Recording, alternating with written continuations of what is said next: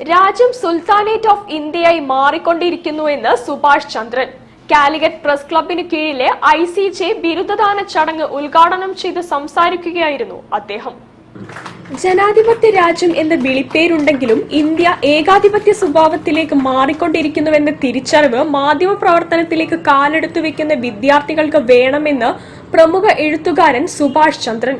Sultanate of ഇന്ത്യയായി മാറിക്കൊണ്ടിരിക്കുന്ന രാജ്യത്ത് മാധ്യമ പ്രവർത്തനം ഏറെ പരിതാപകരമായ അവസ്ഥയിലൂടെയാണ് കടന്നുപോകുന്നതെന്നും അദ്ദേഹം പറഞ്ഞു.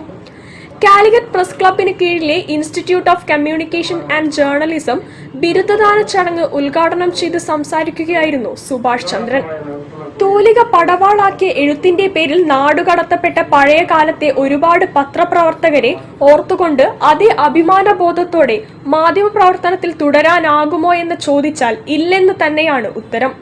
സമൂഹത്തിൽ നടക്കുന്ന പലതിനെയും ലോകസമക്ഷം അവതരിക്കുവാനുള്ള ചങ്കൂറ്റം ഉണ്ടെങ്കിൽ മാത്രമേ മാധ്യമപ്രവർത്തനം സാധ്യമാകൂ എന്നും അദ്ദേഹം കൂട്ടിച്ചേർത്തു. രാജ്യം മുഴുവൻ വിധി കൽപ്പിക്കപ്പെട്ട പഴയകാലത്തെ ഒരുപാട് എഴുത്തുകാരെ പത്രപ്രവർത്തകരെ പറ്റി ഓർത്തുകൊണ്ട് നമുക്കിന്ന് അതേ അഭിമാന ബോധത്തോടെ പത്രപ്രവർത്തനത്തിൽ തുടരാൻ കാലെടുത്ത് വയ്ക്കുവാൻ സാധിക്കുമോ എന്ന് സത്യസന്ധമായിട്ട് ചോദിച്ചാൽ ഇല്ല എന്നാണ് ഉത്തരം. കേരളത്തിലെയും ഇന്ത്യയിലെയും ഏറ്റവും വലിയ പത്ര മാധ്യമ സ്ഥാപനങ്ങളിലെല്ലാം അത്തരമൊരു അവസ്ഥ സംജാതമായി കഴിഞ്ഞു എന്നുള്ളത് നമ്മുടെ ഒരു കാലത്തിന്റെ തിരിച്ചറിവാണ്. Press club president EP Muhammad അധ്യക്ഷത വഹിച്ചു.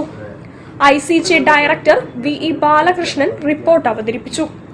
മലയാള Manorama senior coordinating editor Anil Radhakrishnan, Chandrika editor Kamal Varadoor, KUWJ സംസ്ഥാന കമ്മിറ്റി അംഗം M Firoz Khan, press club secretary PK Sajith, joint secretary O Sayyid Ali Shihab, ഒന്നാം റാങ്ക് ജേതാവ് തോമസ് ജേക്കബ് എന്നിവർ സംസാരിച്ചു.